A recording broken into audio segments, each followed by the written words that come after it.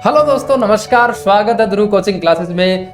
CMA inter और final का result आ चुका था और हमारे shining star all India ranker number 2 मोहित लखोटिया, जोरदार ताली से स्वागत करिए। बहुत बहुत स्वागत है आपका। Thank you so much sir.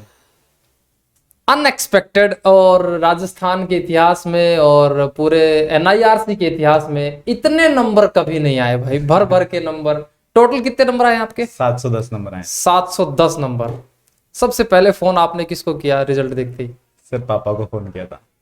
पापा को पहले से उम्मीद थी बेटा रैंक लाएगा, या मतलब उसको उनको इतनी उम्मीद थी कि टॉप 5 में या टॉप 2 में? नहीं सर वो सोच रहे थे पास हो जाएगा। नहीं, वो ठीक है, उनको था कि रैंक तो आएगी, बट उनको इतना ज़्यादा एक्सपेक्टेड नहीं था। फैमिली बैकग्राउंड के बारे में बताइए थोड़ा। सर मेरे ऐसा है कि मैं जयपुर में अकेला रहता हूँ। मेरे बेसिकली मैं परबतसर डिस्ट्रिक्ट नागौर से बिलोंग करता हूँ। वहाँ मेरी फैमिली पूरी वहीं रहती है। मैं जयपुर में मेरे ताऊजी और ताईजी के साथ रहता हूँ। तो जो मेरा जो सपोर्टिंग सिस्टम रहा वो हमेशा से मेरे ताऊजी और ताईजी रहे, जिनको मैं बाबा मम्मी जी कहता हूँ। उसका रीज़न ये है कि मेरे पापा से मेरे को बहुत डर लगता था। एक्चुअली सर गाँव का कल्चर ऐसा होता है कि पापा से थोड़ा डर लगता है। अगर कुछ गलती की, कुछ किया तो ये ले फट, तो वो एक डर रहता है सर पापा मम्मी से। तो पापा से डर था कभी काफ़ी। ताऊजी ताईजी के साथ रहा, उन्हीं के साथ में ताईजी ने मन में हमेशा से भावना भरी कि तुम्हें कंपटीशन करना है लोगों से। तो सर वही भावना दिल में लेकर के जयपुर आया था और जयपुर में आकर के स्टार्ट की थी अपनी स्टडी। सीए क्यों नहीं किया आपने? सर सीए का ऐसा था कि शुरू से ही दिमाग में था कि सीए नहीं ही करना है। रीज़न ये था सर कि सीए में काफ़ी लंबा समय लग जाता है और फैमिली बैकग्राउंड ऐसा था कि ठीक है, अगर जल्दी कुछ हो जाए तो ज़्यादा बेटर चीज़ है। तो इस वजह से सीए तो मैंने मतलब 11th में जब कॉमर्स ली थी तब से प्लान था सीए तो नहीं ही करना है। तो सीए में फाइनल में एवर हाईएस्ट कितने नंबर? 710 नंबर। ओके। सबसे ज्यादा नंबर कौन से सब्जेक्ट में है? सर एसएफएम में। एसएफएम में कितने नंबर हैं? 98 मार्क्स हैं। अरे भाई साहब, 98 मार्क्स, 2 ही नंबर कटे। अच्छा, फिर इसका मतलब तो ये हो गया कि सीए में फाइनल 10वीं से इजी है कि 12वीं से इजी है? नहीं सर, बिल्कुल ऐसा नहीं है सर। अगर मेरे 710 आए तो कई लोगों के 400 भी आए, तो इजी तो कैसे कह सकते हैं? इजी तो नहीं कह सकते sir. It's only our dedication. जितनी डेडिकेशन से कंटेंट में क्या क्या पढ़ा आपने? सर कंटेंट में इंस्टीट्यूट ने बहुत अच्छा कंटेंट इशू कर रखा है।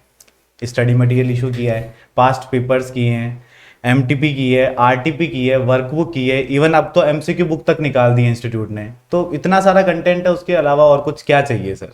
तो आपने सिर्फ और सिर्फ इंस्टीट्यूट का content? Yes sir, definitely institute का कंटेंट ओनली। तो आपने जो कोचिंग के अंदर स्टडी मटेरियल पढ़ाया गया, टेस्ट सीरीज वगैरह दी गई, उसके अलावा सिर्फ आपने MTP RTP? Yes sir. Actually sir ऐसा था कि कोचिंग में भी स्टडी मटेरियल बेसिस रहता है हमेशा से, तो उस वजह से मुझे ज़्यादा दिक्कत नहीं है। कई लोग हमको बोलते हैं कोई रेफरेंस बुक का इस्तेमाल करो। मैं कहा भैया सीएमए करना है तो इंस्टीट्यूट ने जो बोल दिया, हमारे जो माई बाप साहब ने बोल दिया, बस उतना ही हमने को पढ़ना है। थोड़ा सा टफ क्वेश्चंस की तरफ आते हैं। Yes sir. फाइनल लेवल वैसे थोड़ा सा मतलब हार्ड लेवल माना जाता है, तो आपने कितने महीने की स्टडी प्लान इसके लिए बनाया फाइनल लेवल के लिए, और आपने उस प्लान को एग्जीक्यूट कैसे किया? प्लान तो लोग सब बनाते हैं। Yes sir. जिम के पैसे सब देते, जाता कोई नहीं है। Yes sir. हाँ, तो प्लान तो सब बनाते हैं। सही है। तो उसको एग्जीक्यूट कोई नहीं करता। तो आप अपने प्लान, स्ट्रेटेजी प्लान के बारे में बताइए, कैसे आप पढ़ाई करते थे? सर स्टडी प्लान ऐसा रहा कि जब तक कोचिंग गया तब तक सिर्फ प्लान ये था कि कोचिंग से आने के बाद में जो कोचिंग में आज पढ़ा है उसको एज इट इज रिवाइज करो। वेदर सर ने होमवर्क दिया है, कुछ क्वेश्चंस दिए करने को, हुए या नहीं हुए, लेकिन जो आज पढ़ा दिया क्लास में, जो आज कंटेंट पढ़ा है उसको रिवाइज किया है। क्योंकि सर इतना टाइम नहीं मिल पाता था, यहाँ जयपुर में अकेला रह रहा हूँ तो खाना वगैरह भी सब मैनेज करना होता था, तो वो सब एक चीज़ अलग साइड में रह जाती थी। तो इस वजह से इतना मैनेज नहीं हो पाता था कि मैं सब कुछ रिवाइज कर लूँ, बट मैं जो क्लास में किया उसको रिवाइज कर लेता था।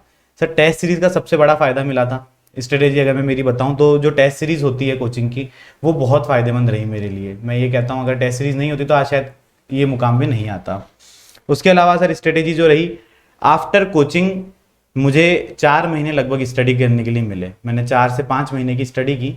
उस स्टडी को ये रखा कि स्टार्टिंग में से 8 से 10 घंटे की स्टडी को कंटिन्यूस बना के रखा। लगभग 3 महीने ये शेड्यूल रहा। उसके बाद जो 2 महीने थे उनमें अपनी स्टडी आर्ट्स को बढ़ाया। हर रोज कितने घंटे पढ़ते थे आप? सर 8 से 10 घंटे स्टार्टिंग के 3 मंथ्स पढ़ा था और उसके बाद में 12 से 14 घंटे डेली पढ़ता था सर। बस स्टडी जो होती थी, मैं नाइट स्टडी वाला स्टूडेंट हूँ, तो शाम को 6-7 बजे पढ़ने बैठता था। उसके बाद वो सुबह के 10 बजे 11 बजे। एक सवाल और सभी के मन में कि सोशल साइट्स का प्रयोग करते थे आप? सर सोशल साइट्स लगभग एग्जाम से 2 महीने पहले बंद कर दी थी और लगभग एग्जाम के 2 महीने बाद तक बंद रखी थी। मतलब आप सोशल, मतलब कहने का मतलब सोशल साइट से थोड़ा थोड़ा तो दूर रहे आप। हाँ सर, अपने थोड़ा आप थोड़ा को। दूर रहा। तो आपने अनइंस्टॉल कर दी, चलाई नहीं, मतलब क्या कैसे दिमाग में आया कि ये बंद करते हैं यार ये नहीं? सर अनइंस्टॉल ही किया है क्योंकि मुझे हमेशा से ऐसा मेरा इंटर का भी और मेरा फाउंडेशन का भी एक्सपीरियंस जो रहा है वो यही रहा है कि सोशल मीडिया से थोड़ी सी दूरी बना ली थी एग्जाम टाइम में। रिजल्ट तब का अच्छा लगा तो सर एक माइंडसेट हो जाता है ना कि यार पहले ऐसा किया था इसलिए अच्छा रहा रिजल्ट, तो इस बार भी फिर वही। सीएमए इंटर के बाद आपने ट्रेनिंग भी करी? हाँ सर, मैंने कहाँ से की। ट्रेनिंग करी आप? सर मैंने इंडियन ऑयल कॉर्पोरेशन लिमिटेड से ट्रेनिंग की थी। 18,000 रुपये मिले आपको? हाँ हाँ, ये सीएमए का सबसे अच्छी बात है, जब आपका इंडियन ऑयल में हो जाए तो आप लोगों को इतनी सैलरियां नहीं मिलती, इतना स्टाइफंड मिल जाता है, लेकिन Yes. बहुत कम लोगों को मिलता है। अच्छा, सिलेक्शन के बारे में, जब आपने इंडियन ऑयल में आप गए तो वहाँ की कुछ याददाश्त, कैसे सिलेक्शन हुआ, वहाँ पे क्या क्या बातें पूछी गई आपसे? Sir actually I was ranker of inter also, मेरी AIR 46 थी इंटर में। तो जब मैं वहाँ गया मुझसे वहाँ क्वेश्चंस पूछे गए। फर्स्ट ऑफ ऑल मैं बेसिकली हिंदी मीडियम स्टूडेंट था, तो फर्स्ट टाइम आप इंटरव्यू देने जा रहे हो, इंग्लिश इतनी प्रॉपरली आती नहीं है, तो मैंने अपना जो प्लान किया मैंने उनको जा करके सीधा बोल दिया। जब वहाँ पैनल में 3 लोग इंटरव्यू में बैठे हैं, उनमें से 2 लोग सिर्फ इंग्लिश जानते हैं, बट उन्होंने मुझसे बायो पूछा मेरा, मैंने बायो इंग्लिश में दे दिया क्योंकि वो सब लोग प्रिपेयर करके जाते हैं घर से। सही बात। मैंने वो प्रिपेयर करके गया, मैंने वो बायो दे दिया। उसके बाद जो भी उन्होंने मुझसे पूछा मैंने उसके आंसर्स हिंदी में दिए थे। ओके। बट मेरी कंप्यूटर वर्किंग अच्छी थी, कंप्यूटर में मुझे नॉलेज अच्छी थी। एक्सेल उन्होंने करवाया मुझसे, एक्सेल में काम करवाया था, तो कंप्यूटर मेरी अच्छी। सीएमए आर्टिकलशिप के पैसे को कहाँ यूज किया आपने? सर ऐसा है, वो पैसा तो यूज आ ही जाता है। कहाँ, खुद पे खर्चे या कहीं मम्मी सर, पापा को दिए, कैसे? स्टार्टिंग 2 महीने तो बस मम्मी पापा, दीदी वगैरह सब बहनों के लिए, सबके लिए गिफ्ट वगैरह खर्चा, खरीदे। गिफ्ट वगैरह। उसके बाद का जो पैसा रहा उसको इकट्ठा करके रखा था कि आगे काम आएगा। धीरे धीरे करके 2 सालों में काम आ गया। CMA final, all India rank 2, such a big achievement. आपको एक गोल्ड मेडल भी मिलने वाला है इंस्टीट्यूट की तरफ से, या तो कोलकाता में प्रोग्राम होगा या फिर दिल्ली में, जहाँ पे भी होगा। Okay sir.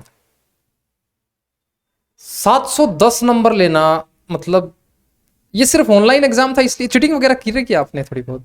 सर ये कई लोगों का माइंडसेट है हाँ। कि चीटिंग भी हो सकती है। मेरा ये मानना है इंस्टीट्यूट ने इतने अच्छे इंतजाम कर रखे थे कि जिन्होंने चीटिंग की उनकी डीबार्ड वाली मार्कशीट्स आई है। हाँ, कुछ लोगों की आई है सर, डेफिनेटली मेरे खुद के नॉन में कई लोगों की आई है डीबार्ड वाली मार्कशीट। तो मैं ये कहूंगा कि चीटिंग वीटिंग का सब एक भ्रम है, केवल ऐसा कुछ भी नहीं हुआ। नहीं, कुछ लोग ऐसे भी तो हो सकते हैं ना, चीटिंग की लेकिन पकड़े नहीं गए, ऐसे भी तो कोई रेयर होगा, रेयर। ठीक है सर, वो तो एक्सेप्शंस आर ऑलवेज काफी देयर, दिक्कत है। हाँ। ये चीज होती है। तो आपने करी क्या? नहीं सर, एक्चुअली मैं सेंटर बेस्ड स्टूडेंट था। ओके। बट जब रिजल्ट के मतलब एडमिट कार्ड इशू हुए 28 दिसंबर, मुझे डेट भी याद है, जब एडमिट कार्ड इशू हुए मुझे पता चला मेरा सेंटर मेरे रूम से 26 to 27 किलोमीटर दूर है। अभी 8 दिन कंटिन्यूस सुबह जाना, शाम को आना, 28 किलोमीटर आना जाना, सर ये फिजिबल नहीं लगा मुझे एग्जाम डेज में। तो इस वजह से फिर मैंने 31 दिसंबर को अपना जो है होम बेस पे शिफ्ट कर दिया। मैंने स्टडी अकॉर्डिंगली की थी, सेंटर बेस के अकॉर्डिंगली, इसलिए मुझे एग्जाम देने में कोई दिक्कत नहीं आई। फर्स्ट टाइम में आपने जो थ्योरी वाले क्वेश्चन थे टाइप किए या कैसे मैनेज किया? नहीं सर, मैंने टाइपिंग की थी। एक्चुअली सबसे बड़ा फायदा ये मिला, जो मॉक टेस्ट हुए थे इंस्टीट्यूट के मैंने वो भी दिए थे और उनमें मैंने थ्योरी टाइप की थी, तो इसलिए फिर मुझे आगे दिक्कत नहीं आई थ्योरी टाइप करने में। ओके। थोड़ा सा डायरेक्ट टेक्स्ट के बारे में, क्योंकि काफ़ी बच्चे का पहले पढ़ा हुआ रहता है लेकिन फिर फाइनल में आते आते इतना वास्ट सिलेबस है। डायरेक्ट टेक्स्ट को कैसे पढ़ा, सेक्शन वाइज पढ़ा या क्वेश्चन किए, कैसे आपने? सर डायरेक्ट टेक्स्ट में मैंने स्ट्रेटेजी बनाई थी अपनी। मेरे डायरेक्ट टेक्स्ट में भी 84 मार्क्स है और डायरेक्ट टेक्स्ट में मैंने जो स्ट्रेटेजी बनाई वो ये रही कि सबसे पहले इंटरनेशनल टैक्सेशन को कवर किया। मैंने पास्ट एग्जामिनेशन जब पेपर्स जो है उनको रीड किया तो मुझे पता चला लगभग 40 से 45 मार्क्स जो है इंटरनेशनल टैक्सेशन कवर कर रहा है, तो मैंने सबसे पहले उसी को पकड़ा। और जब मैंने मॉड्यूल किया सर, तो मुझे ये लगा कि मॉड्यूल में इंटरनेशनल टैक्सेशन के काफ़ी अच्छे अच्छे क्वेश्चन हैं। जब स्कैनर किया, पास्ट एग्जामिनेशन के क्वेश्चंस किए, उनमें वही चीज़ें आ रही है, तो मुझे लगा कि पेपर तो यहीं से बनना है। तो मैंने इंटरनेशनल टैक्सेशन को सबसे पहले कवर किया। उसके बाद में मैंने मैट, AMT इन चीज़ों को कवर किया, PGBP को कवर किया, कैपिटल गेन को किया, क्योंकि पास्ट ईयर का एक्सपीरियंस था स्लम्प सेल का क्वेश्चन हर बार आ रहा है। तो मैंने स्लम्प सेल को अच्छे से प्रिपेयर किया, इस बार भी स्लम्प सेल का अच्छा खासा क्वेश्चन आ गया। तो इस तरह से मैंने वो जो स्ट्रेटेजी बनाई एक कि चैप्टर वाइज पढ़ा, लिमिटेड, लेकिन एग्जाम से कितने महीने पहले आपने सिलेबस एक बार रिवाइज कर लिया था? सर लगभग मैंने जब सेल्फ स्टडी स्टार्ट की थी तो 1.5 से 2 महीने मुझे लगे थे, एक बार का सिलेबस मेरा पूरा कवर हो चुका था 100। टोटल कितनी बार रिवीजन किया एग्जाम तक? सर मैंने 5 बार रिवीजन कर लिया था।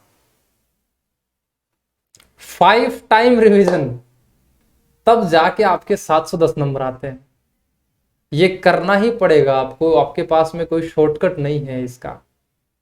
तो फर्स्ट टाइम में जो रिवीजन किया, Yes, क्या सेकंड टाइम में उतना ही समय लगा या उससे सिलेबस कट कर देते थे आप? नहीं सर, सिलेबस कट नहीं करा, बट हमने एक कंसेप्ट पढ़ा है, लर्निंग कर्व। डेफिनेटली जैसे जैसे आगे बढ़ेंगे एक ही चीज को रिपीट करेंगे, टाइम कम होता है। वही रहा सर, मैंने पहले जब 2 महीने में कोर्स कंप्लीट किया, उसी कोर्स को मैंने 3rd मंथ में दूसरी बार कंप्लीट कर चुका था। और जो मैंने 4th और 5th मंथ आपको बताया, जिनमें 12 to 14 आवर्स की स्टडी करी, बाकी का 3 बार का रिवीजन उन्हीं 2 महीनों में हुआ है मेरा। शानदार। और मैं बता दूं, ये स्टार्टिंग से ही ब्रिलियंट स्टूडेंट है। और लेकिन यहाँ पे एक बात ध्यान रखने योग्य ये भी है कि practice makes a man perfect. अगर आप प्रैक्टिस करते जाते हैं तो धीरे धीरे धीरे धीरे आपका स्कोर डेफिनेटली ग्रो करेगा ही करेगा। अच्छा, कभी कभार तो मायूस भी हुए होंगे या पढ़ते पढ़ते लगता होगा यार ये पहाड़ जितना सिलेबस है, कैसे मैनेज करूं? कभी नेगेटिव थॉट्स आए दिमाग में कभी? सर बहुत बार आए थे इस तरह के थॉट्स। हाँ। इस तरह के थॉट्स आने का सबसे बड़ा रीजन कोरोना, क्योंकि मेरा अटेम्प्ट ड्यू था जून, लेकिन कोरोना की वजह से वो आगे सरका, तो एक नेगेटिव थॉट वहाँ बना। उसके बाद में नेगेटिव थॉट्स आए कि यार क्या है, एग्जाम रोज आगे सरक रहे हैं, कभी ये हो रहा है कभी वो हो रहा है। नेगेटिव थॉट्स बनने के कई रीजंस हो जाते हैं। अकेले रहते थे तो कभी कभार तो ऐसे ही मन कर जाता था कि यार नहीं पढ़ना, सब छोड़ छाड़ के चलो घर पे, ये रहे। बट इन नेगेटिव थॉट्स को हटाने के लिए सबसे बड़ी एक रामबाण दवा मेरे पास थी। क्या सर? सबसे पहला तो मैं काम करता था, वो ये करता था, बुक को इस तरह खोलता, एक तरफ अपने मम्मी को देखता, एक तरफ पापा को देखता, एक तरफ ताऊ जी को देखता, एक तरफ ताई जी को देखता, बस। सेकंड चीज, सिर्फ एक कांटेक्ट नंबर 9413360005, मेरे डायरेक्टर सर जो है उन्हीं को कॉल लगाता था। मुझे कोई झिझक नहीं होती थी, और वो मुझे इतना तरीके से प्रिपेयर कर देते थे कि उनका कॉल रखते ही मुझ में ये जोश होता था कि अरे सल्टाओ। यही बात मैं बोलता हूँ, हर बार टेस्ट सीरीज होती है तो खासकर लड़कियां, 2-3 लड़कियां तो रोने वाला केस होता ही होता है टेस्ट सीरीज के अंदर। इतने डिमोरलाइज हो जाते हैं, वहां पे उनको एक थोड़ा सा मोटिवेशन चाहिए, पॉजिटिव एनर्जी चाहिए। और वही हम मेंटर का, हमारे बीइंग ए टीचर, हमारा एक दायित्व बनता है। और उसी का परिणाम है कि आज मैं भी CMA हूँ और ये भी हमारे स्टूडेंट हैं CMA हैं। इससे खुशी की बात क्या हो सकती है? दूसरी बात ये, नेगेटिव थॉट्स के बारे में बात आई, क्योंकि आपकी पारिवारिक परिस्थितियां अलग थी, तो आप शायद उस लेवल के बच्चे शुरुआत से ही नहीं है। कभी ऐसा भी हुआ जिंदगी में, कभी अभी आपने ड्यूरिंग द CMA कभी आपको लगा है यार CMA कर तो रहे हैं, साला इसको कोई जानता तक नहीं है, गांव में बताते हैं किसी को शादी ब्याह में क्या करता है तो अपन तो चौड़े होके बताते हैं CMA करता है। फिर अगले से रिप्लाई आता है कि CMA क्या होता है? क्या ऐसा इंसिडेंट आपके जीवन में कभी हुआ? सर ऐसे इंसिडेंट्स मेरे पास हुए, कैसे फेस करते हैं ऐसे इंसिडेंट? सर इन इंसिडेंट्स को इस तरह फेस किया कि जिसने भी ये पूछा उसको बताया कि CMA इस तरह का एक कोर्स है और इस तरह से इसमें होता है।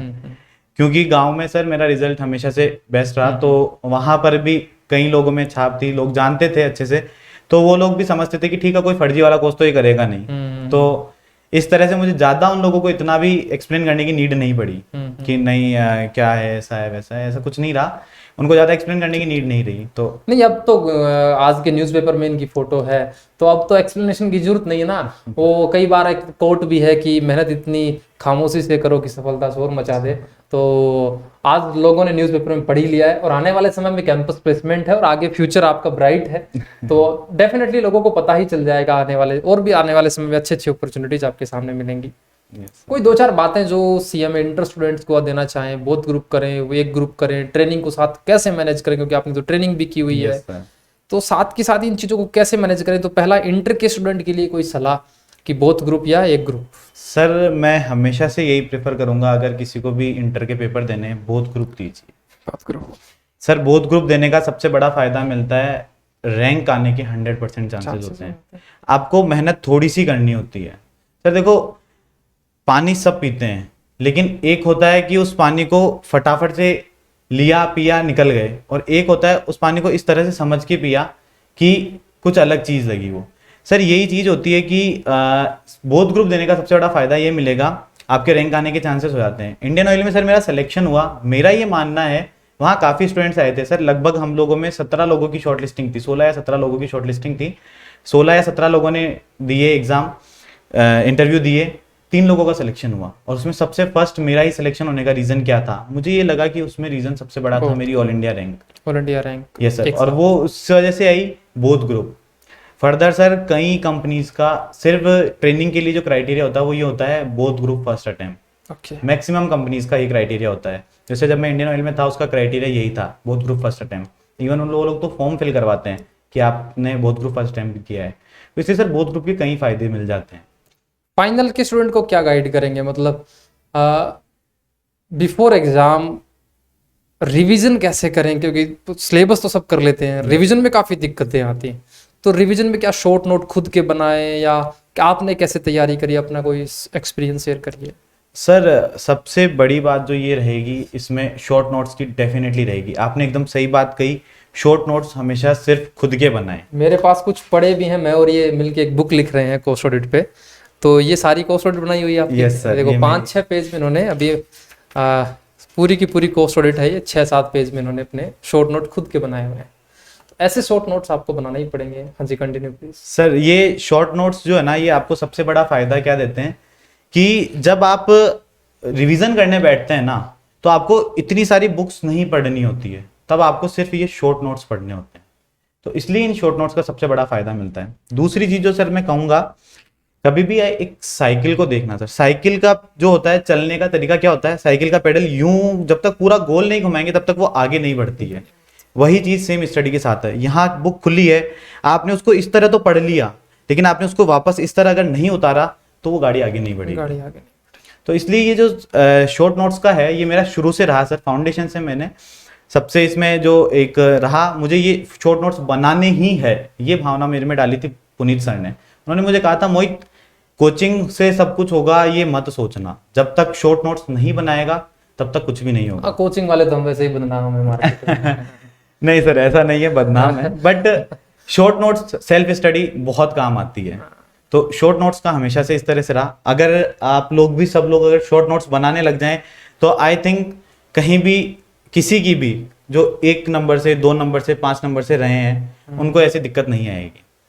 दूसरा सर जो सबसे बड़ा इसमें रहा, दोस्ती एक जो होती है। हाँ सर आप तो अच्छी तरह से वाकिफ है, मेरे जिगरजान दोस्त नितिन जैन सर, बहुत साथ रहा उसका।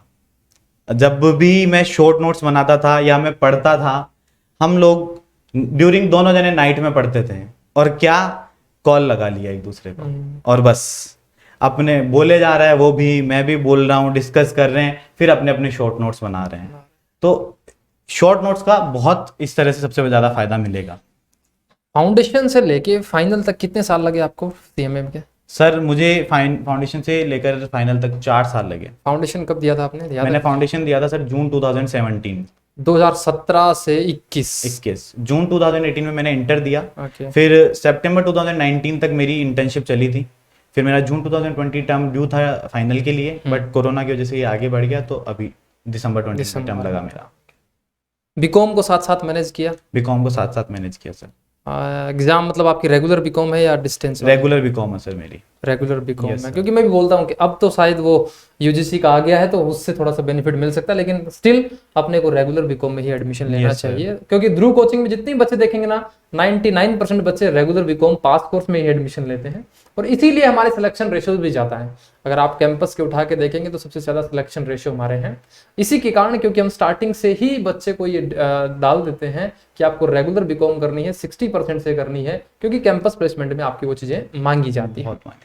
आप फ्यूचर अपॉर्चुनिटीज के बारे में क्या सोचते हैं आप, मतलब कि सीएम बनने के बाद आपका किस एरिया में इंटरेस्ट है?